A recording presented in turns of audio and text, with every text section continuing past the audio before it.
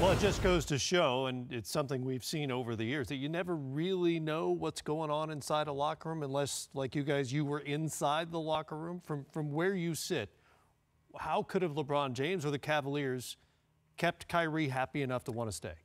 Gave him an extension for $200 million. I don't think this was about Kyrie not liking LeBron or anything that everybody wants to kind of hit the subplot with.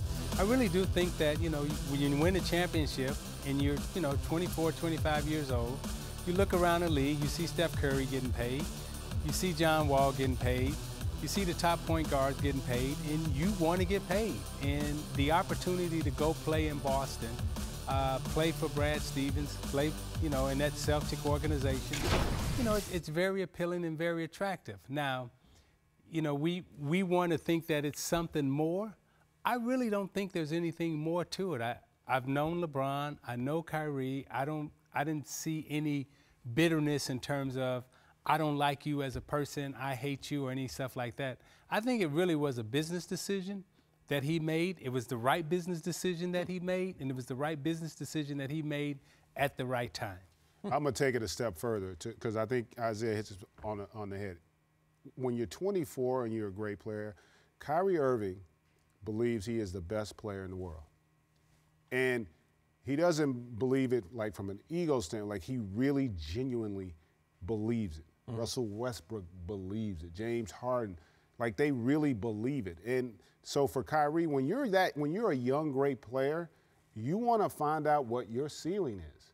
Because as great as he was in Cleveland, he was still second to LeBron.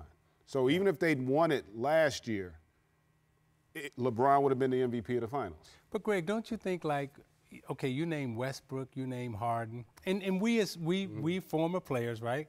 We sit in the locker room and we want to compete on the floor, but we also want to compete with the paycheck. Yeah. You looking around and you like, okay, Westbrook just got crazy money. Harden just got crazy money. I've won a championship.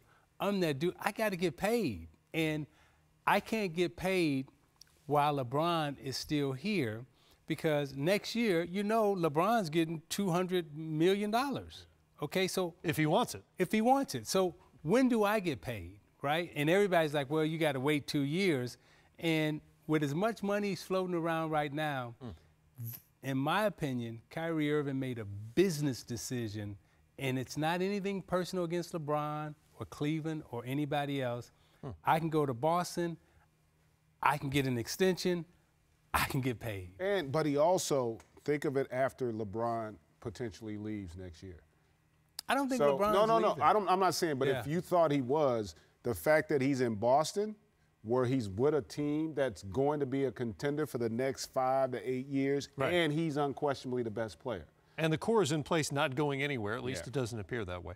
My theory was that he didn't know and just didn't. He thought to himself, I've been the guy in Cleveland without LeBron before, and that didn't go very well. But he wasn't the player he is now. True, but I don't think guys can come out and say, hey, it's about the money.